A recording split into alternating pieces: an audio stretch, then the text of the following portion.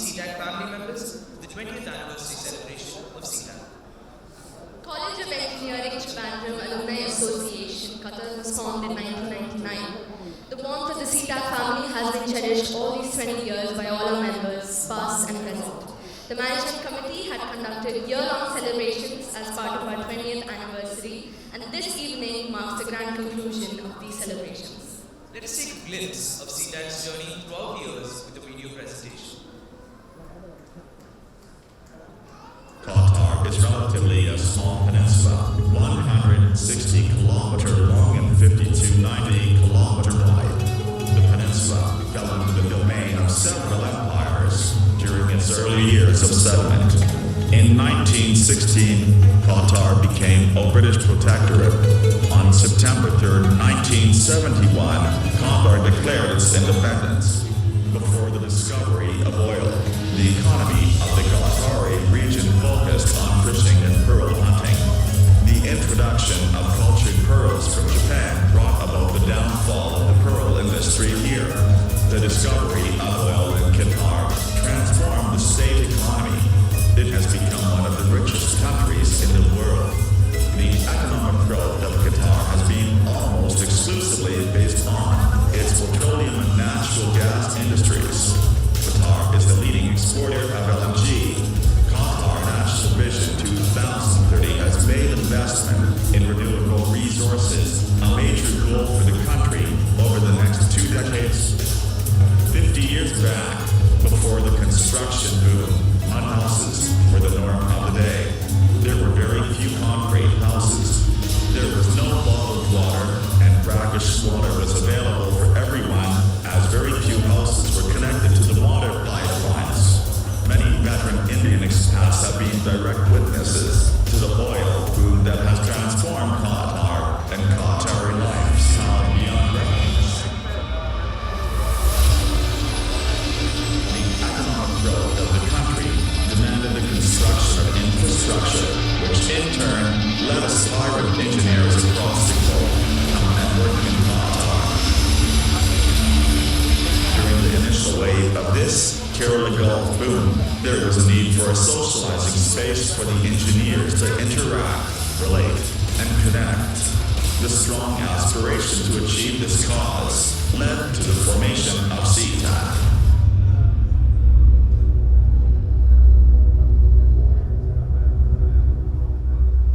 College of Engineering Trivandrum Alumni Association Qatar Chapter CETAAQ was established on 28th of May 1999 in the presence of the Indian Ambassador, His Excellency R.L. Naran. The objective was to bring together the former students of CET working and living in Qatar under one umbrella, acting as a home away from home. College of Engineering Trivandrum, commonly known as CET, is the first engineering college in Kerala. It was founded in 1939 during the reign of Maharaja Sri Chitrathirunel Balarama Varma. The motto of the college being action is superior to inaction. The college formally came into existence on 3rd of July 1939. The main building is designed to resemble a spanner when taking an aerial view. It was designed by Professor Joseph Chandra Alexander, who was the chief architect and chief town planner of the government of Kerala. Major T.H. Matthewman was appointed as the first principal of the college. businesses had come a long way since its conception.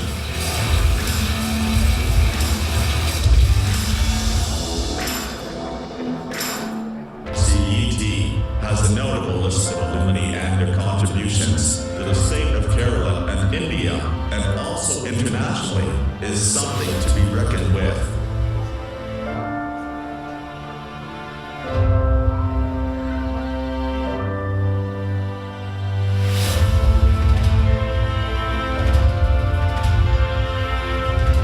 Turning words into pictures. Here presenting a photographical story of the formation of CETAAQ. The journey of CETAAQ over the 20 years has been marvelous. From being a tiny setup to mainly cater to the social and cultural needs of the members, it has grown into a body with goals, missions, and visions. Every year, the management committee conducts a variety of programs for its members, trips to various countries, cultural events like competitions like Sports Day and Clyde, celebrating New Year at wonderful resorts around Qatar, special days for ladies, men and children, and also charity work, finally culminating in a glitzy AGM. All this would have been possible without the wholehearted collaboration of its members. The future looks bright for CETAAQ, and it is a taken guarantee that CETians will continue to leave their footprints not only in Qatar but around the world.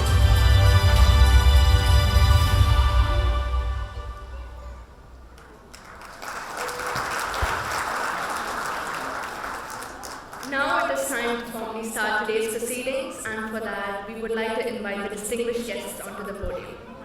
We now invite the Chief Guest, His Excellency Dr. Engineer Saad Al-Mahdi, President of Ashghal, to the stage. We request the MC Chairman, Mr. Rafi Shafi, to escort His Excellency.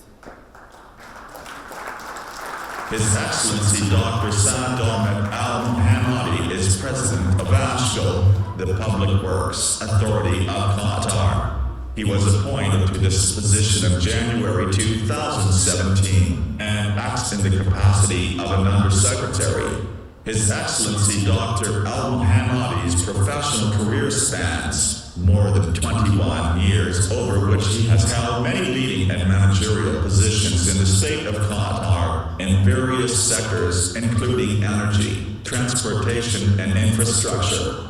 He has held significant positions, such as Chief Executive Officer of Qatar Railway Company and Technical Affairs Director in Qatar Electricity and Water Company. Ashghal was established in 2004 to be responsible for the planning, design, procurement, construction, delivery, and asset management of all infrastructure projects and public buildings in Qatar. Ashghal's key responsibilities include governing the design, construction, and management of major projects including roads, drainage, and buildings such as public buildings, schools, and hospitals. Adhering to the Qatar National Vision 2030, Ashghal contributes to the economic and social development of the state of Qatar by providing special importance to local manufacturing products, as well as promoting joint ventures between local and international contractors in large-scale projects.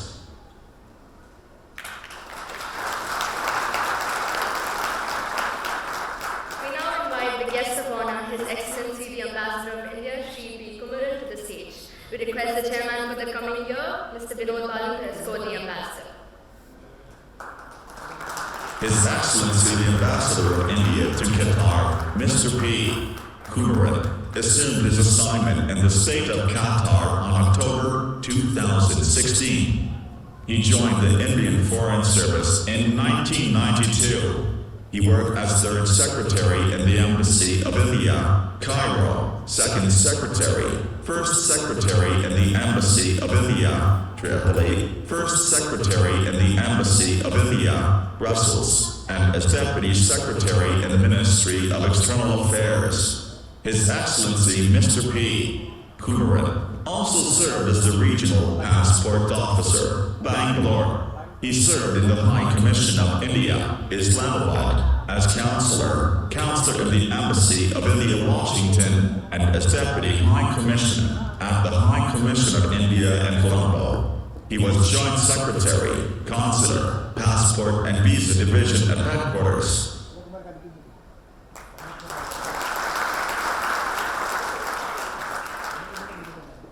Now we invite the keynote speaker of today's event, CEO of Jackfruit 365, alumnus of CETAAQ, and a social entrepreneur, Mr. James Joseph, to the stage.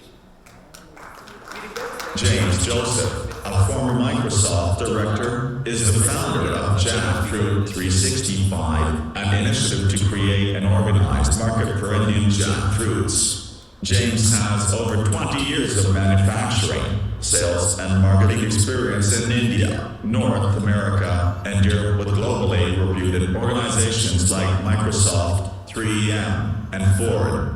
In his last role as the Director, Executive Engagement at Microsoft India, he was responsible for strengthening Microsoft's relationship with the senior executives of top 200 enterprises in India. James is also an author and a regular speaker at several national forums to promote entrepreneurship among youth in India. In addition, James serves as a guest lecturer at IIM Calicut. He is also the founder of Professional Variety, an online platform that is a one-stop shop for NRI professionals wanting to relocate to their hometowns and still earn handsomely. He has a master's in engineering business management from University of Warwick, UK, and has a degree in mechanical engineering from College of Engineering, Trivandrum.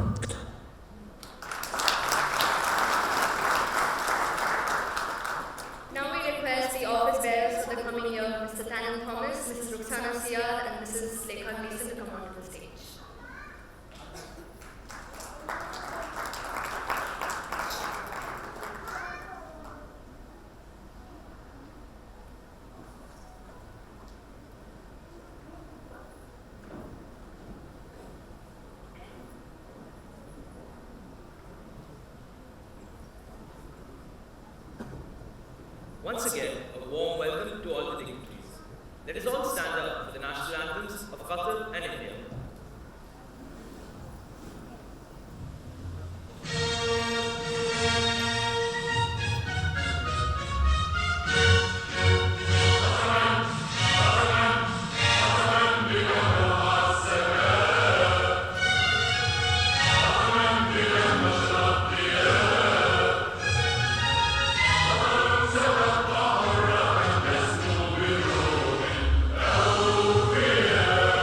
See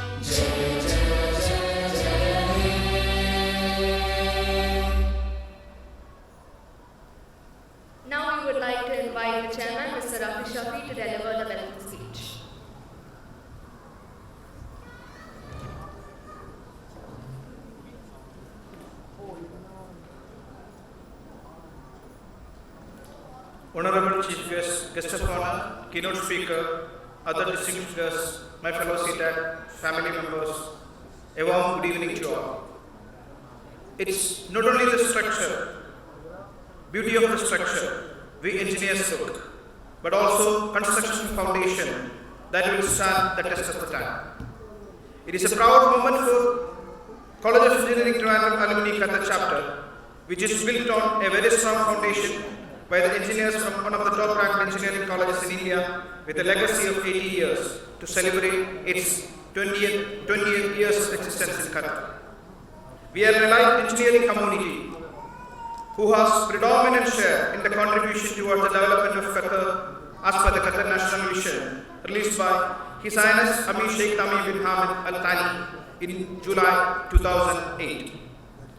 Being a construction professional, closely monitoring the rapid growth of great nation, I can proudly say that Qatar stands on top among other nations of the development world, of developing the world-class infrastructure in a shortest time and highest quality. Yes, Qatar deserves the best. I am delighted and honored to welcome our chief guest of this evening, His Excellency Dr. Engineering Saad Ahmad Ibrahim Al-Muhannadi, the President of Public Works Authority, Ashgar, who is one of the top engineering and management professional who has been leading many major projects throughout his career, which has been an impact in improving the quality of our life. Some examples are the longest underground rail. This is indeed a revolution in the Qatar public transport domain. Now in his present job as a President of Ashgar, we are witnessing a massive improvement in the overall infrastructure as express highways, local roads, world-class drainage system and excellent public buildings are either completed or coming up a fast pace. India has a long historical relationship with Qatar. During the toughest post-blockade time, India remains one of the major trade partners and an essential part of new emerging trade initiative. Qatar being our second home and holds an esteemed place in our hearts. This year is more special and we are celebrating its Qatar India Year of Culture. We are honored with the presence of our Indian Ambassador, His Excellency Sri Kumaran, and extend heartiest welcome to the function on behalf of CETAAQ family members.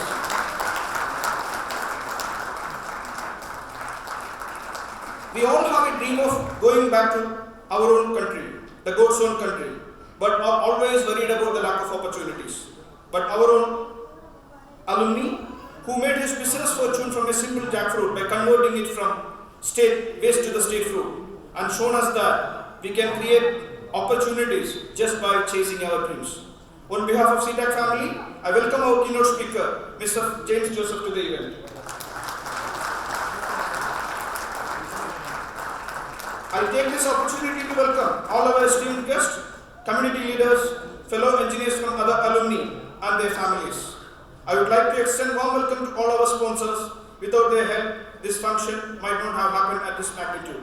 Lastly, on behalf of entire managing committee, I welcome our dearest CETAAQ family members to our grand celebration evening. Thank you very much.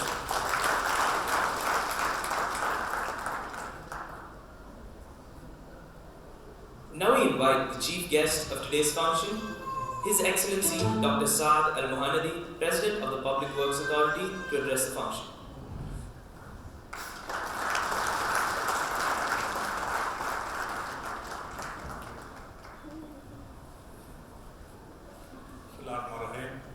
Assalamu alaikum wa rahmatullahi wa barakatuh.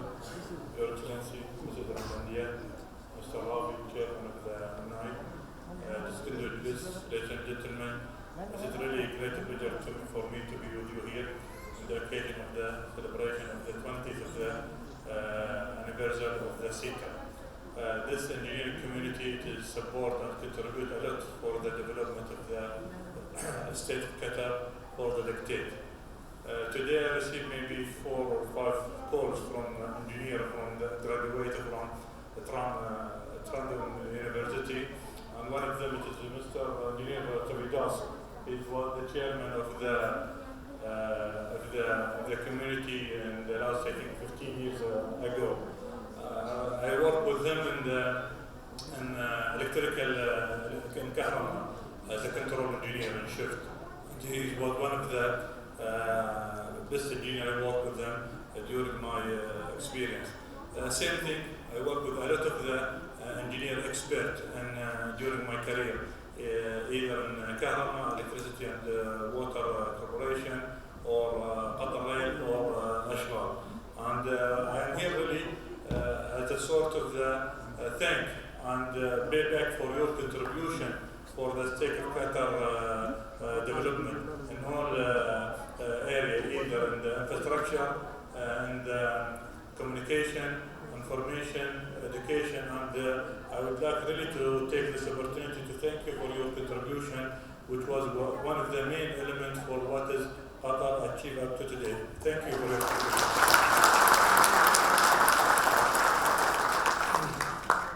For Ashghal, as you know, it is one of the key players to achieve the state of Qatar Vision 2030, and one of them it is the FIFA requirement to achieve the FIFA in 2022.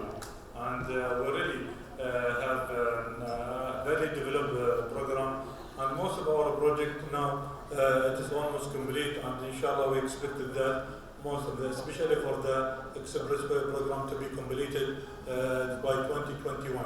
As you all noticed, we opened recently Al-Majd Road, Al-Khor Expressway, Al-Usail Road, and as you know now here at Landmark Interchange, inshallah we expect by end of 2021 to open the Sabah corridor. We have also another function, it is about subdivision and local road, and we have a little contribution for this one to provide a quality infrastructure for the resident and also for the Qatari by providing the drainage network, stormwater network, lighting in the street and electricity. We have also contributed in the building. We build education, schools, and also we build healthcare center and hospital. This in coordination with the health ministry and education ministry. We really achieved a lot of milestone and achieved a lot of challenge. This was achieved due to your support and contribution. And as you know, in the coming year now, there is another challenge we expected to have it. One of them is sustainability, a smart solution, and this is one of the main elements we really would like to see expert India to be involved in this coming development in order to be part, as usual, in the development of the state of Qatar. The good thing here now, this year, it is, I think, the year of Qatar Indian culture, which is show how the strong relation between Qatar and the India. And as we stated, you consider your Qatar as your second home, and we consider as an Indian as our brother and our main part. Our brother and main part to deliver our vision and our achievement. Thank you for to invite me, and thank you, Mr. Ravi. And really, I wish you enjoy in this event. And really, it was my proud to be with you here to see this community in this day. Thank you very much. Thank you.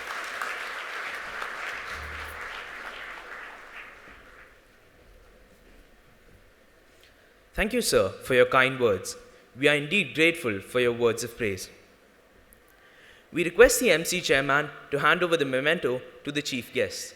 It is a painting made by CETAAQ family friend, Mr. Basit, along with the CETAAQ kids and the artists, taking inspiration from the tallest monument in Qatar, the arches at the 5-6 interchange.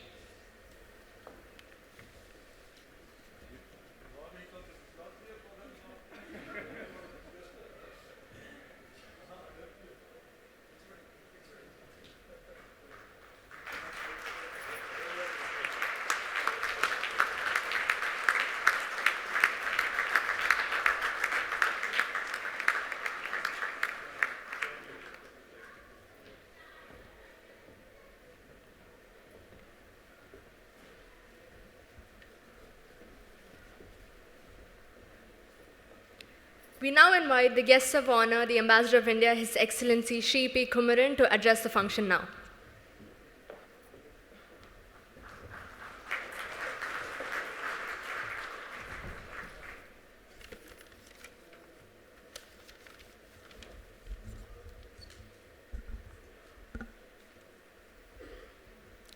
His Excellency Dr. Engineer Saad Ahmad Ibrahim Al Muhannadi, President of the Public Works Authority, Ashghal, Engineer Rafi Shafi, Chairman, CETAAQ, Engineer Vinod Balan, Vice Chairman, CETAAQ, Office Bearers of CETAAQ, dignitaries, community leaders on and off the stage, Assalamu alaikum, good evening to all of you.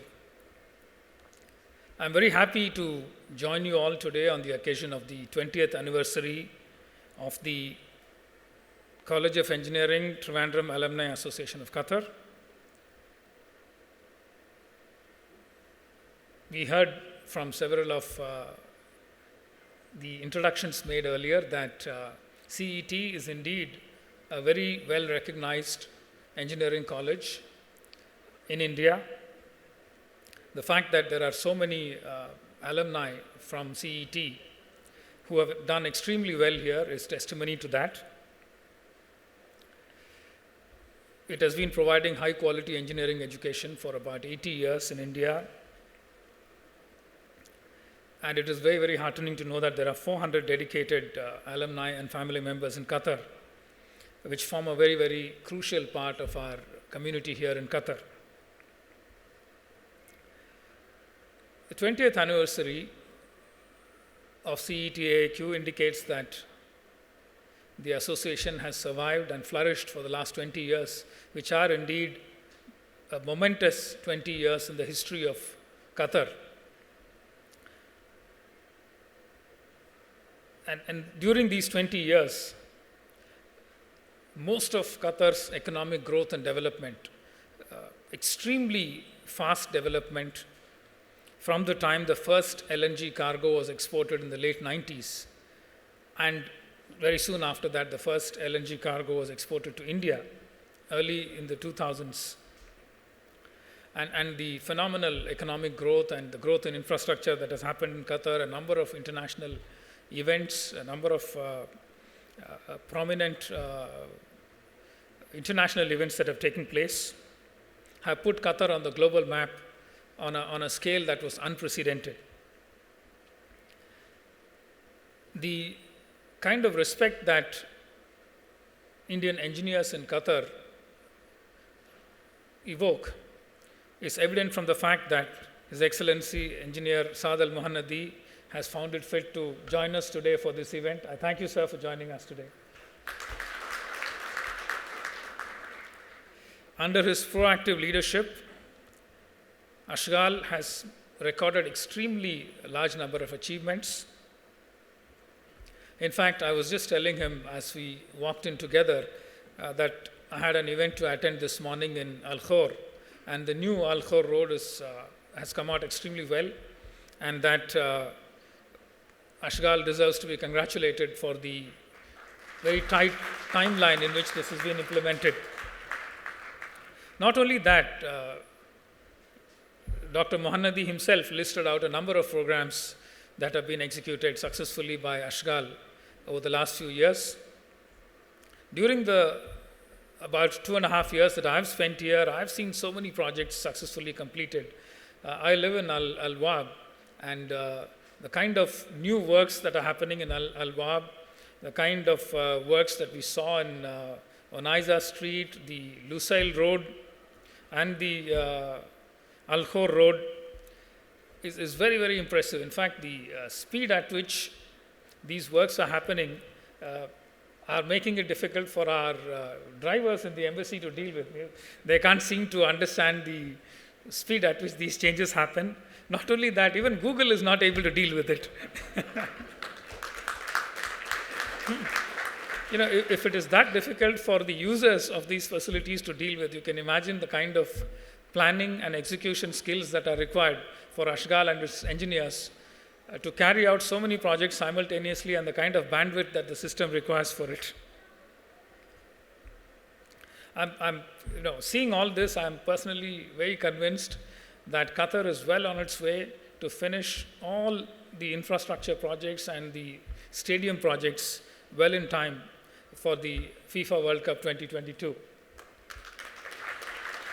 And also to achieve the goals enshrined in the Qatar National Vision 2030.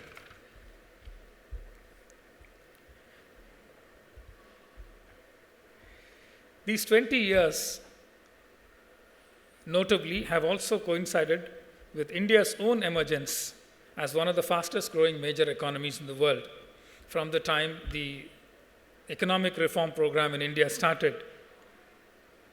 We've just concluded our general election, in which 67% of the electorate, numbering about 900 million, participated and gave their verdict in favor of political stability and reform-oriented policies. This has reinforced the confidence of the international community in India, especially in our prospects for growth. In the next 10 to 15 years, India is poised to emerge as one of the top 3 economic powers of the world. In just the last 2 to 3 years, we have jumped 23 ranks from 100 to 77 today in the World Bank's Ease of Doing Business Index. This is just one indicator of the kind of progress we continue to make as an investor-friendly economy. Let me recall for you a small anecdote. We had an opportunity to greet His Highness the Emir of Qatar recently during the month of Ramadan.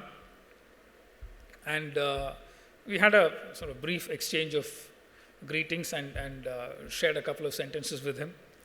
And one of the things he conveyed to us was to thank the Indian community for their contributions to the growth and development of Qatar.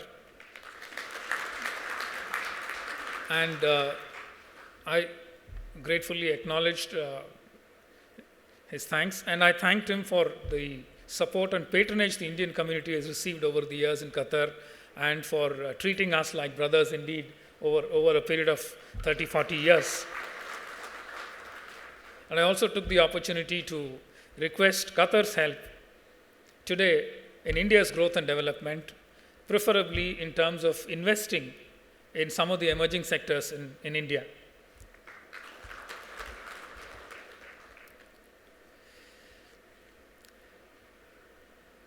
One of the positives that we see in India today is that when the rest of the world seems to be slowing down or stagnating, India continues to be a beacon and an engine of growth in the world economy for the foreseeable future. We continue to look at huge investments that are required in various sectors. The infrastructure sector alone requires about 1.5 trillion investment in the next 10 years. And there is a very significant role that engineers and technologists have to play in driving economic growth in India in the coming years. India ranks number 6 in terms of the scientific output produced through publications. We also have the 3rd largest startup base in the world with over 4,750 technology startups. We are the 3rd largest scientifically trained manpower pool in the world. This number is growing, and India's labor force is expected to touch about 160 to 170 million by 2020. Our technical professionals have won appreciation all across the globe and remain a key contributor to our own growth story. In fact, our strength in engineering and technology has propelled us to the top of many multinationals today and made us extremely well known, particularly the top engineering colleges in the country. It is no wonder that today our professionals have reached the pinnacle of Silicon Valley and occupy very senior level positions in the top 100 technology companies the world over. I don't know if many of you know this. I'm myself an engineering graduate. I've studied electronics engineering, but I've never even worked for a day as an engineer. I changed careers completely, and the only job I've ever known is my current job, which is the Foreign Service.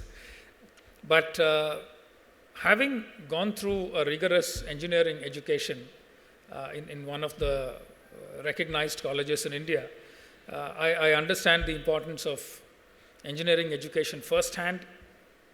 There are a lot of views being expressed these days about how we need to upgrade the kind of engineering education we provide to our youngsters and bring ourselves in line with world standards.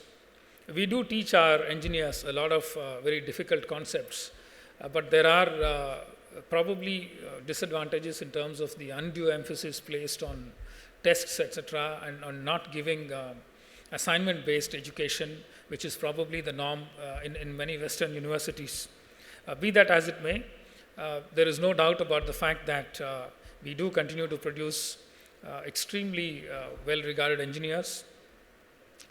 The expansion of engineering education in India over the last 30 years or so has taken place at such a pace that there are fears that we may have produced many more engineers than the economy could absorb. In fact, we produce probably about 10 times more engineers than the USA produces. And many people complain that they're not able to find enough jobs that match the education of an engineer. And IT companies, on the other hand, seem to complain that engineers produced at that kind of scale are not directly employable until or unless they are retrained or given specialized skills that can serve them in their employment in various companies. So basically all this points to is the fact that we need to reorient our engineering education, try and bring it in line with world standards. I want to conclude by thanking you all and for your active community service in supporting various humanitarian activities in Qatar and in India, providing scholarships to deserving students, and also contributing actively to relief efforts and reconstruction after the unprecedented floods in Kerala last year. I also thank CETAAQ for helping build human resources here in Qatar through organizing various technical events, seminars, etc. for its members. The presence of Dr. Saad Al-Mahanadi again reinforces the kind of value that Qatar attaches for the contributions made by CETAAQ and the professional community of Indians in general here. On behalf of my colleagues at the Embassy of India, I congratulate CETAAQ alumni on the occasion of the 20th anniversary celebrations and wish you all a great success both for the anniversary celebrations and in all your future endeavors. Thank you very much.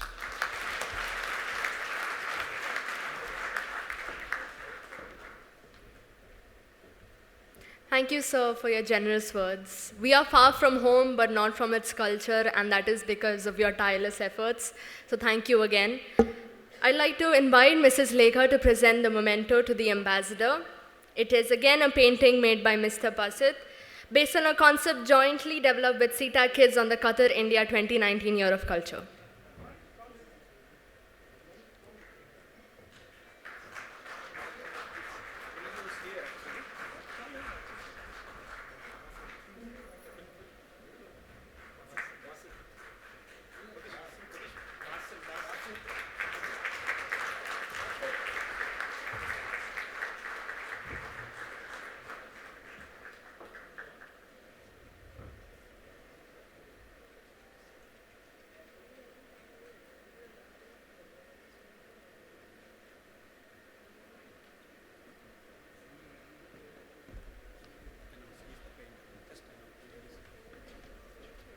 This is the painter, Mr. Basit. A big round of applause, please.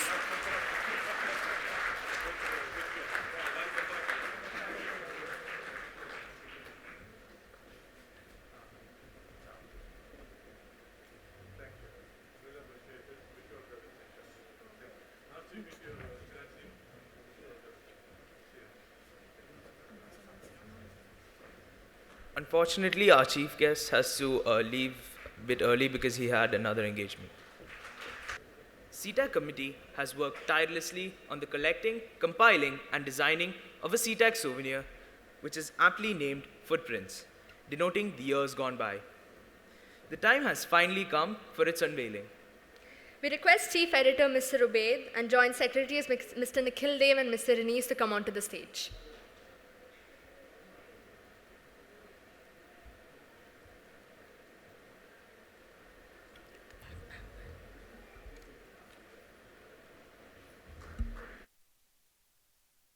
Okay, sit. We request His Excellency the Ambassador to unveil the souvenir and our keynote speaker, Mr. James Joseph, to receive the first copy of it.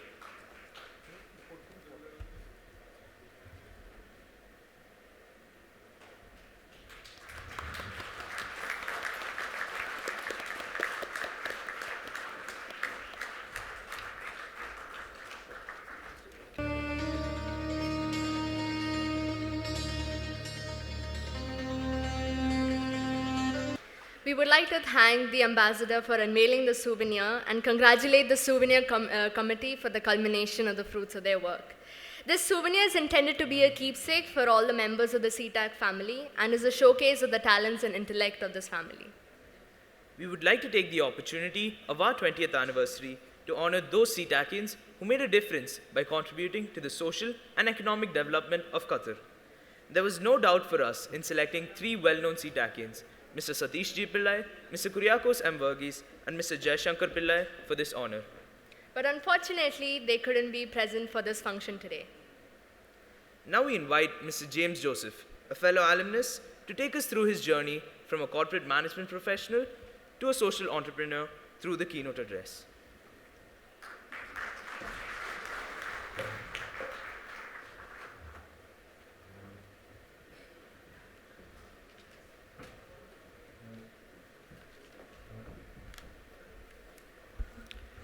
Good evening. Can you all hear me? His Excellency Ambassador Sri Kumaran, President Rafi Shafi, office bearers, and my friend Thomas, who invited me to be at this CETAAQ 20th year anniversary. In fact, I was a bit worried about coming here because in fact, Ambassador touched upon a few points about the startup initiative in India and the number of scientific publications which is coming out from India. In fact, of late, this year itself, I was presented at 5 scientific conferences in India, Middle East, as well as in Europe about jackfruit. But before I even talk about my journey, the most embarrassing moment for me in this journey with jackfruit was at an engineering college in Kerala when I was invited as a speaker, and the principal listened to my profile during the introduction. And the opening statement from the principal was that, James, if all you wanted to do in life was to promote jackfruit, did you really have to do mechanical engineering, that too from College of Engineering, Trivandrum? That was the most embarrassing moment for me.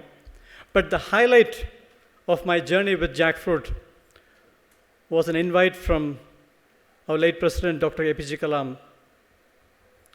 And I had a chance to go and meet him, to walk him through what I was doing with, why I moved from the largest software company to promote the largest fruit. That was the highlight. And from then, it was a journey I could never look back. But before I come to, does it really require an engineer to work on jackfruit? What did we learn in engineering? In fact, when the principal made that statement, I had to ask myself, because I worked in the automotive industry, companies like 3M and Ford.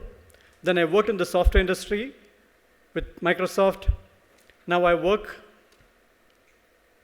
on what's supposed to be a waste fruit in Kerala. Nobody wanted to touch jackfruit. That is the product which I work on. But what exactly did we learn in 4 years of engineering? In fact, my roommate, the CET, he was my roommate in Engineering College Trivandrum. Later on, we worked together when I was in Delhi. He was with Ashok Leyland, Jaydev Menon, and I was at 3M. And one day, he just had this eureka moment. He said, you know what? 4 years in engineering college, all we learned is a logical approach to solve a problem. That is all we learned, a logical approach to solve a problem. Doesn't matter what that problem is. And that is what we have done in our career. Okay?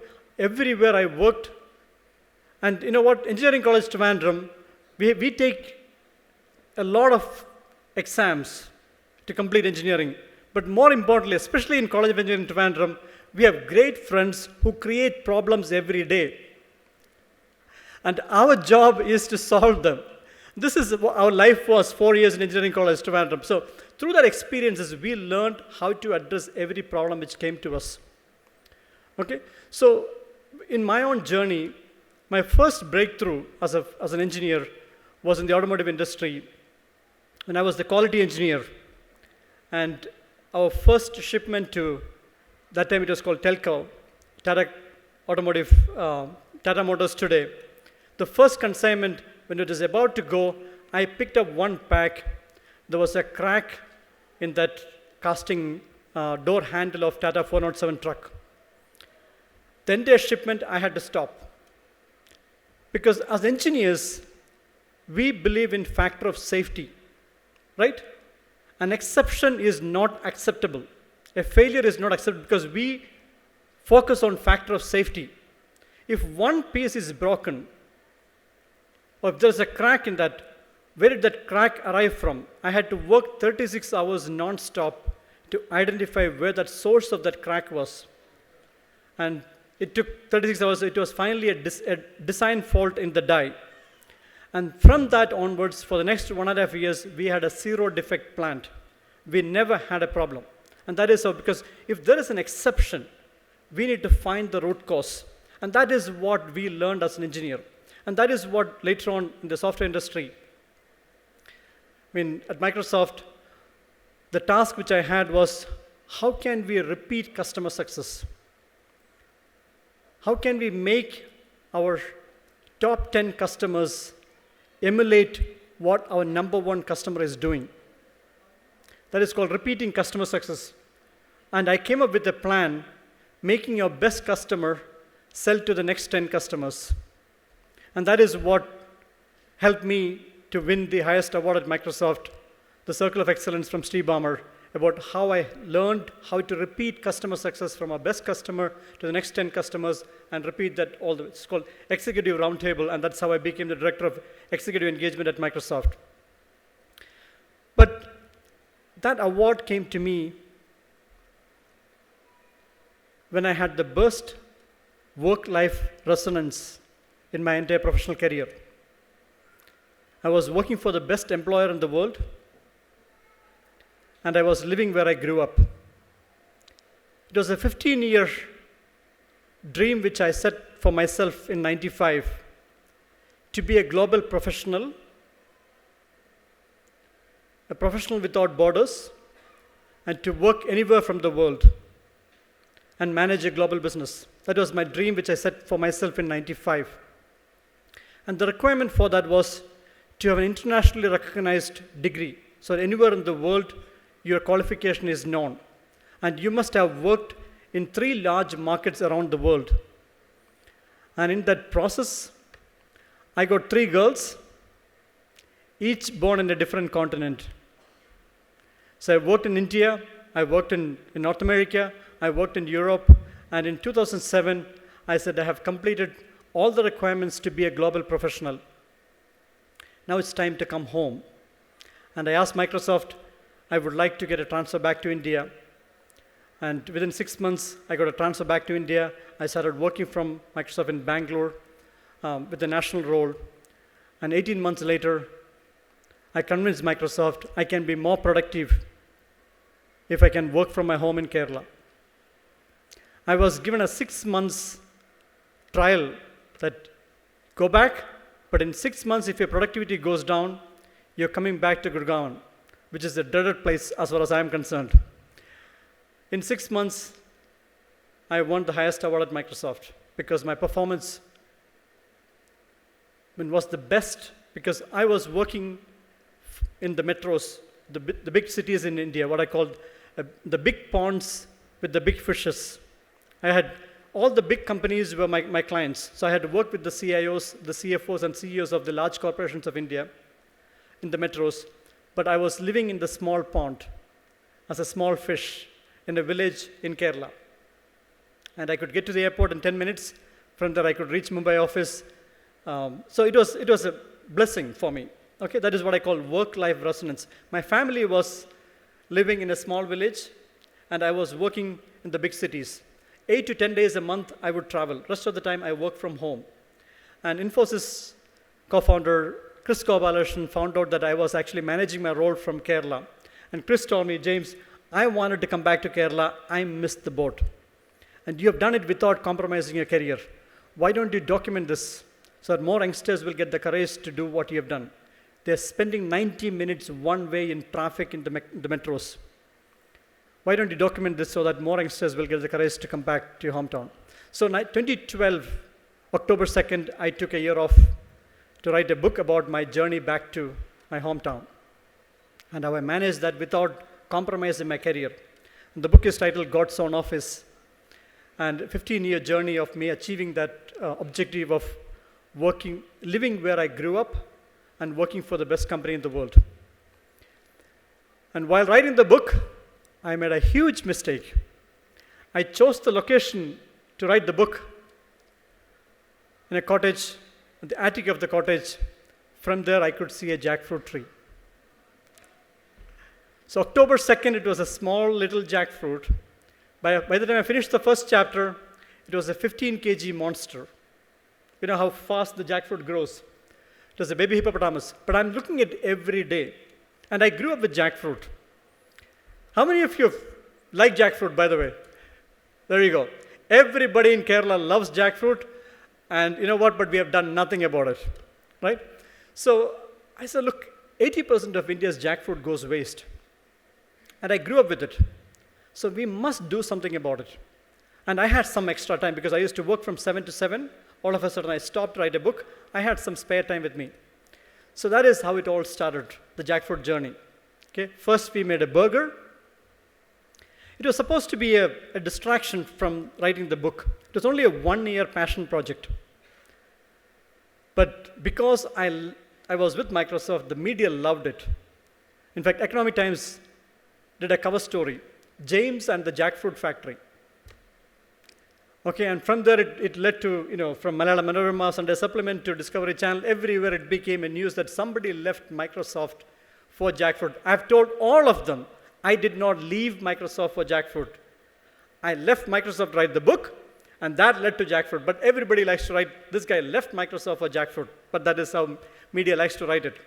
But more importantly, I got a huge problem to solve in the first year of the jackfruit journey. It was sheer accident. Because the media story went out there, one priest came to me and he asked me this question: is it possible that the green jackfruit as a meal, which is a Kerala tradition of eating chakka or green jackfruit as a replacement to rice, can interfere with insulin? Because he was taking insulin for 5 years.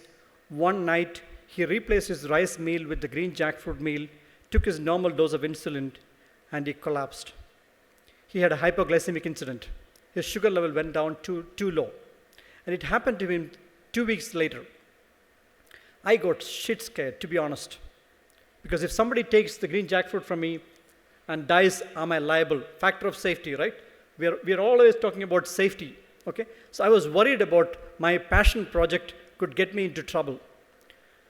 But I needed to find out what is causing this. And it took a significant scientific research for me to understand, is this good or bad for diabetes? And last March in Jaipur at the Diabetes India conference, I presented a paper. Among 64 doctors, I presented a paper why the green jackfruit as an alternate to rice at nutritional level, at glycemic level, and at the empirical level is a better alternate for a diabetic patient, and how it can bring down the diabetic medication requirement. And guess what? As an engineer among doctors, I won the 3rd prize for that paper. Okay? And what did we uncover? 5 reasons. Okay? The biggest oversight was nobody recognized the green jackfruit as a meal was replacing rice. They always looked at it as a vegetable or as a fruit. So when I compared the nutritional values, the green jackfruit, 1 cup of green jackfruit was 40% lower in carbohydrate, which is what doctors ask you to do, right? Reduce your carbohydrate. It was 40% lower in calorie. Okay, you can reduce calorie, and it was 4 times more fiber. So you're asked to reduce carbohydrate, increase fiber. And the only suspect was the sugar value was higher than rice. And when I did my research, the only way to isolate that is to do a glycemic study. And the world's best in glycemic study is Sydney University Glycemic Index Research Service. I sent Kerala jackfruit over to Sydney University, got the glycemic study done, and the glycemic load, which is the amount of sugar increase in your body over 2 hours, was 17. But when you look at rice, the glycemic load was 28. So it is 40% low. In 2 hours, the amount of sugar increase in your body is 40% less. So the priest should have reduced his medication because his sugar increase was going to be only 40% less than rice. So it is 40%. And finally, thanks to CET alumni, the CET alumni meet in Kochi, the chief guest was, so I was supposed to do a 2 crore multi-year clinical trial, the last one to prove that the green jackfruit is good for diabetes. And then Dr. Jayagumar, K. Jayagumar IAS, was the Vice Chancellor for Malayalam University. He was the chief guest. So, because jackfruit is bad for diabetes is what was the English medicine text said. An American Diabetes Association had a plate which says 50% of your plate should be green vegetables. The Mediterranean plate is green salad. 50% of the plate is salad, 25% protein, and only 25% is your garlic bread. Okay, 25% carbohydrate, 25% protein, and 50% greens. Now, is chakka a green? How many of you think chakka is a fruit? Chakka is the largest fruit, right? Chakka is not a fruit. So finally, I asked Dr. Jayagumar, give me an official chakka. Is it a ka or is it a fruit?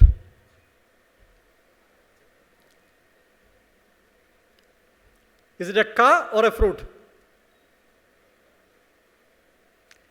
So in Tamil, it is palakai and palapalam. In Kannada, it's halsina kai and halsina hannu. In Telugu, it's panasa kai and panasa pandu. In Malayalam, it is chakka and chakkaparam.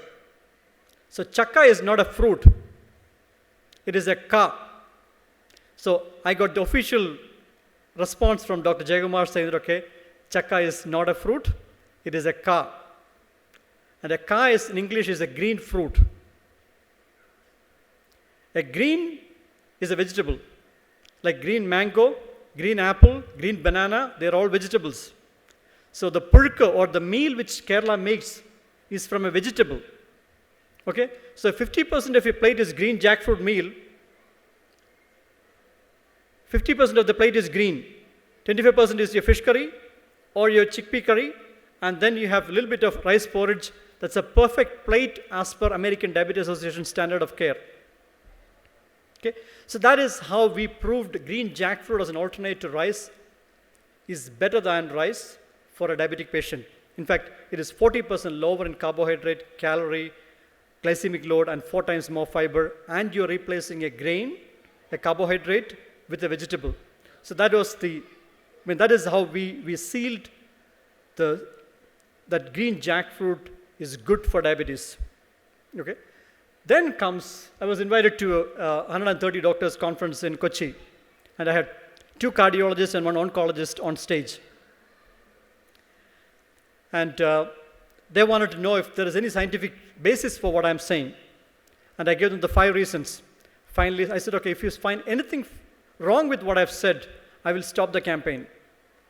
That's it. What you've said is fundamental. We cannot find anything wrong with what you said, but it's not practical. It is not practical for a diabetic patient to eat jackfruit every day. They will die of the jackfruit falling on their head before they become diabetic, because it's not practical. Okay? And that is when Dr. Kalam's intervention, which happened. So I must tell you, after 25 years of engineering, my only claim to fame in engineering is I filed 2 patents, thanks to jackfruit, and thanks to an ask from Dr. Kalam. So my book got published. The first copy was given to Dr. Kalam, and he sent me an email, said, okay, I would like to meet you. And he gave me an endorsement for the book, and I was there at Dr. Kalam's house, and I walked him through the first 1 year of 5-star dishes with jackfruit for a marketing, and then I told him, now I am looking at, is this good for diabetes? He went through the data. He said, James, you're wasting your time with doctors. The M in MBBS is medicine. This is not medicine.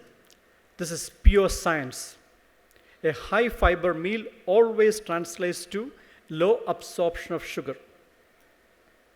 This is pure science. But there is a problem. Changing eating habits is worse than changing religion. This is not practical. But diabetes is not just for Kerala. It is a problem for India. India has, in fact, India's another claim to fame is the world's 2nd largest diabetes population is in India. It's a huge problem for India. It's because of our excess starch consumption, rice and wheat consumption. Okay? And we don't eat enough. We have the lowest in vegetable and fruit consumption. Okay? So he said, James, you must find a way to add this to what people normally eat. And what do we eat? We eat roti, we eat idli, we eat dosa, and Malayalis, we eat putta. Right? So rice powder and wheat flour is what we consume most of our diet. How can you add jackfruit into what people normally eat? You go figure out. You're an engineer. You go figure out. And once you figure that out, you come to me. I will help you promote this all over India. If Dr. Kalam is going to help me promote this, I don't need anybody's help, right? It took 18 months of engineering research. Finally, we cracked a green jackfruit flour. I don't call it a powder, a flour. A flour is usually made from grains, from rice flour, wheat flour. We made a jackfruit flour, which has got a binding factor. The difference between a powder and a flour is binding. It must have the stickiness. So we made a green jackfruit flour, which has got rich in pectin with soluble fiber, which has got a binding factor between rice flour and wheat flour. So you could add 1/3 in your atta, in your wheat flour. You can make a normal fulka, normal roti. You won't have a clue. But when you replace 1/3, the third roti is a vegetable. Right? When you can add water to it, it becomes a batter. And you replace 1/3 jackfruit batter in your normal idli dosa batter, and you make your dosa, the person who is eating won't have a clue. And the third dosa is a vegetable. So you've reduced your starch and increased your vegetable consumption. So that's the first one. Second was, jackfruit is a beast. Significantly labor intensive. Okay? And that is where my mechanical engineering went in. We were only getting 10 kilo per labor per day. And the product was 2,000 rupees per kilo because it was not scalable. We can't add more labor because it is too slow. And if the process is slow, the fruit ripens much faster. The sugar level goes up. So we needed a continuous process machine. And I went to 3 manufacturers in China and 2 in Europe. They said, Mr. Joseph, what kind of a fruit is this? It's too big, it's too sticky, and the stones are all over the place. Most fruits has one seed, and we know where it is. This fruit has so many seeds that there is no pattern to it. It is all over the place, and the blades are getting cut. And finally, I had to invent a machine. That's the second patent. We made a continuous process machine, and from 10 kg per kilo, we now do 500 kg per kilo. And we brought down the price from 2,000 rupees per kilo to 300 rupees per kilo. And that is how the jackfruit flour we invented. Now, the last one which I'm working on, and so the reason I'm saying this is, it is not easy to do. It requires strong conviction for you to see these things through. And that is what we engineers, we work on long-term projects. And to get strong conviction, it's like breaking an egg. There are two ways to break an egg, right? From outside and from inside. When you break an egg from outside, what happens? A life is lost. When you break an egg from inside, a new life begins. So big projects, big dreams, when they emerge from within, it has its own life. It's unstoppable. And that is when you get the strong conviction, this is something which I have to do. And that is how this jackfruit landed in my plate. I had no choice than to see it through. Because if I stop, nobody will do it. I had to commit an indefinite amount of time and resource to see this through. So we cracked the diabetes part of it. And at this conference of 130 doctors, there were 2 cardiologists and 1 oncologist. And the oncologist stopped me and said, James, Dr. Thomas Verghese, James, you're only talking about the diabetes benefit. This is rich in fiber. This is great for cancer. It can cut off supply to cancer cells. You must talk about the cancer benefits. I said, Doctor, 1 is enough for me. I am not going to work on cancer unless I get this strong conviction or I see a case. 6 months later, another junior doctor called me and he said something happened to his father. And he had follicular lymphoma, was diagnosed with, and he took jackfruit. And something significant change happened. His energy level boosted up. His WBC count had dropped, and after taking the jackfruit, the WBC count improved significantly. I called Dr. Thomas Verghese, said, Doctor, I am now willing to talk to you. And he was in Dubai at that time. So he came back to India and had a meeting with him for the last 1 year. In fact, last night I had dinner with him. Last 1 year, we were running a trial, an observation study on patients undergoing chemotherapy, taking 30 grams of the green jackfruit flour. And ladies and gentlemen, this fruit is phenomenal. We had no clue. The number 1 side effect of chemotherapy is the white blood cells count falling off. Okay? And it's not just about the WBC count dropping off. It is about you can't do the second chemo till the count comes back again. And most patients, we lose them because they can't administer chemo frequently enough. And they can't give the right dosage. And now what we are seeing is that when patients are taking the green jackfruit flour while they're undergoing chemo, the count doesn't drop. And another side effect is that blisters around your mouth. So entire intestinal crypt stem cells gets depleted during chemo. And that jackfruit is able to protect. It is because of the pectin, the soluble fiber in jackfruit, which is able to protect that. And that is able to help the doctors to administer the right dosage of chemo and frequent enough. And we are seeing phenomenal results. And this is also another study which is going to be published soon.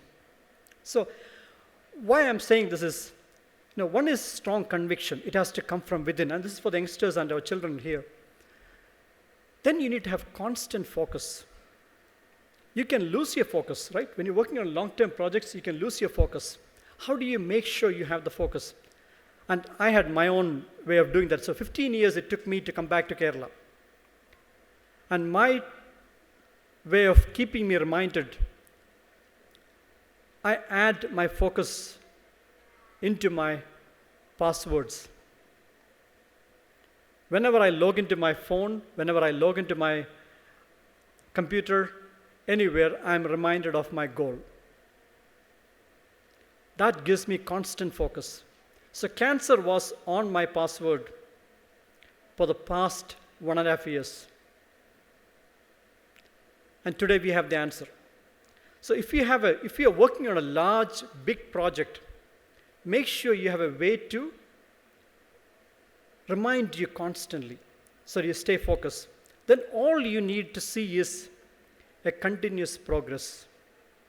Even if it's an inch, towards your direction that will give you the motivation to work on it. Ladies and gentlemen, that is all I wanted to convey to you. And thank you for inviting me, and CETAAQ wish you all the best. And I think we engineers have a big role to play in the society around us. And we can't let go. We have to see it through. Good luck. Thank you.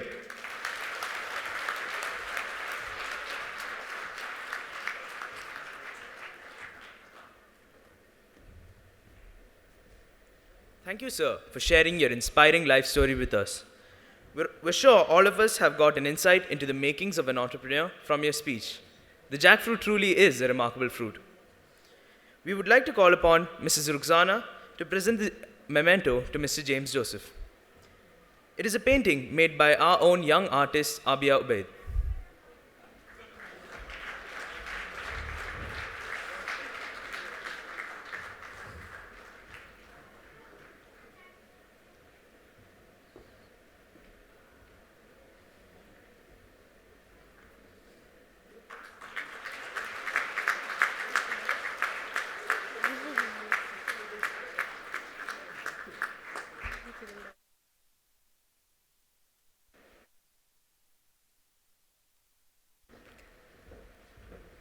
As part of our 20th year celebrations, CETAAQ has taken the initiative to support underprivileged sections of the society to attain quality education through social and emotional learning techniques for a period of 3 years.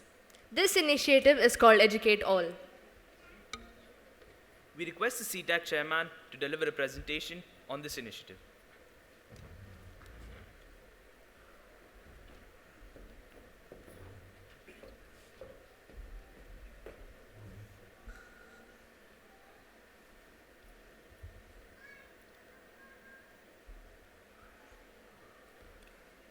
CETAAQ Education Support Initiative. Education is the most powerful weapon which you can use to change the world. Nelson Mandela. Inspired by Education Above All initiative of Her Highness Sheikha Musa bint Nasser, CETAAQ decided to go for supporting most underprivileged students in Kerala. What is the thought process? As a part of social commitment and giving back to the society, educating an underprivileged child is as important as providing quality education to our own children. Even though Kerala has an excellent public sector education infrastructure, the tribal communities are often ignored and the value of education is not reached. Where is the initiative? Unnikulam Panchayat, which houses almost 390 tribal families in 22 different colonies, population of not less than 2,000 members with 350 students. Why? They are the victims of social isolation and none of them has steady income, quality job, and children are school dropouts due to the lack of motivation in the surrounding. What is the way forward? What we decided? Set a student-oriented social emotional learning program, SEL, from a learning center at each site, form a learning center at each site, allocate a full-time assisting team in the area, assess the emotional and intelligence level of each student, continuous monitoring programs of children and their families, training, inspiring them through various career orientation drives. What is the duration of the project? 3 years from June 2019. The present status of the project. The estimated project budget is 25 lakhs per year for a period of 3 years. We already reached a commitment of 50% of our first year target within 30 days of announcing the initiative within our members. The initial field survey and support group formation is already in progress. Let's work as a team to make it as a grand success. I invite our previous Vice Chairman Vinod P. Balan to hand over the check to our new General Secretary to officially launch the CETAAQ Education Support Initiative.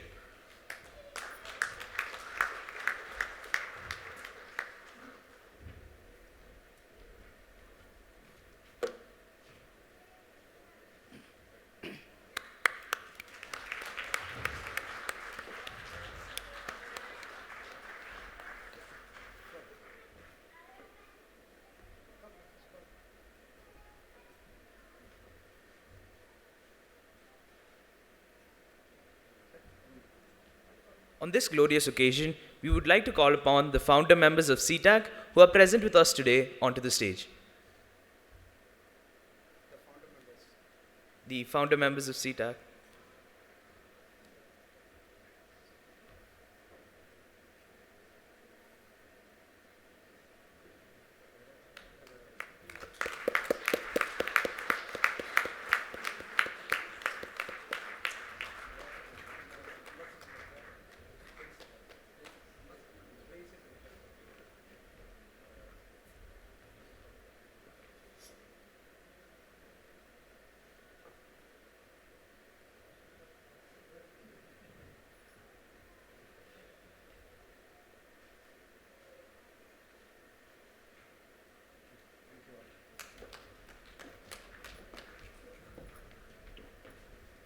To officially conclude the function, I would like to call upon the General Secretary, Mr. Sajil Abdul Salam, to deliver the vote of thanks.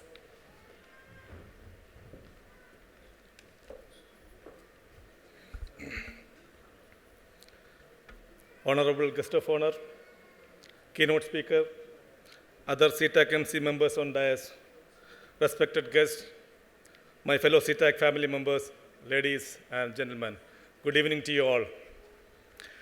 It's a great honor and privilege for me to propose the vote of thanks on this memorable occasion.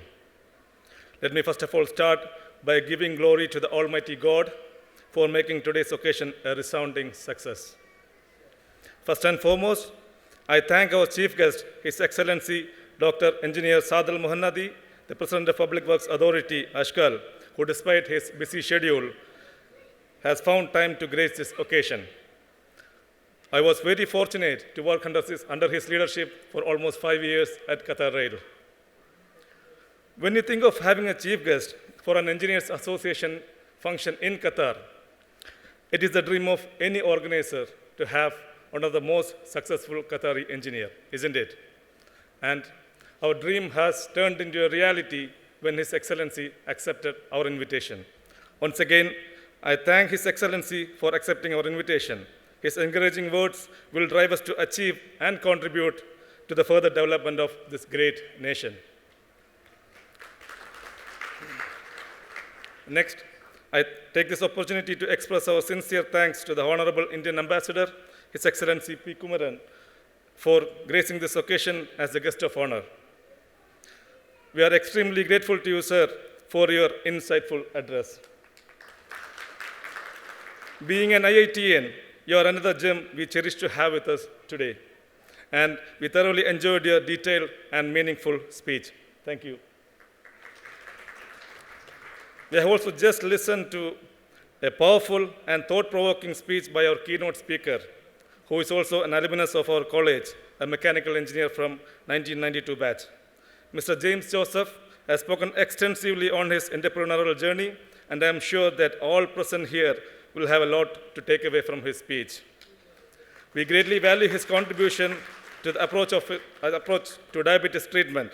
We express our profound thanks for sharing his varied experiences with us today. Thank you very much. I also express my sincere thanks to all our esteemed guests, Indian community leaders, fellow engineering colleagues from Engineers Forum, and their families who have taken keen interest and time out of their busy schedule to attend this function. I also extend my thanks to our young, talented anchors for this evening, Ritika Thomas and Hafiz Rafi. We would like to sincerely thank our radio partner, Radio Suno, all media coverage during this function, and all our sponsors for their support for this event. Last but not the least, I would like to thank all my fellow CETAAQ members and their families for their participation and involvement in making this event a grand success. Thank you all.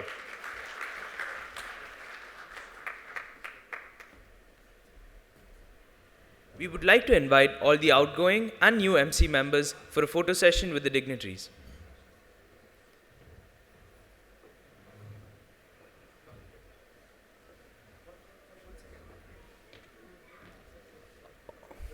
We request all the outgoing and new MC members to come onto the stage for the photo session.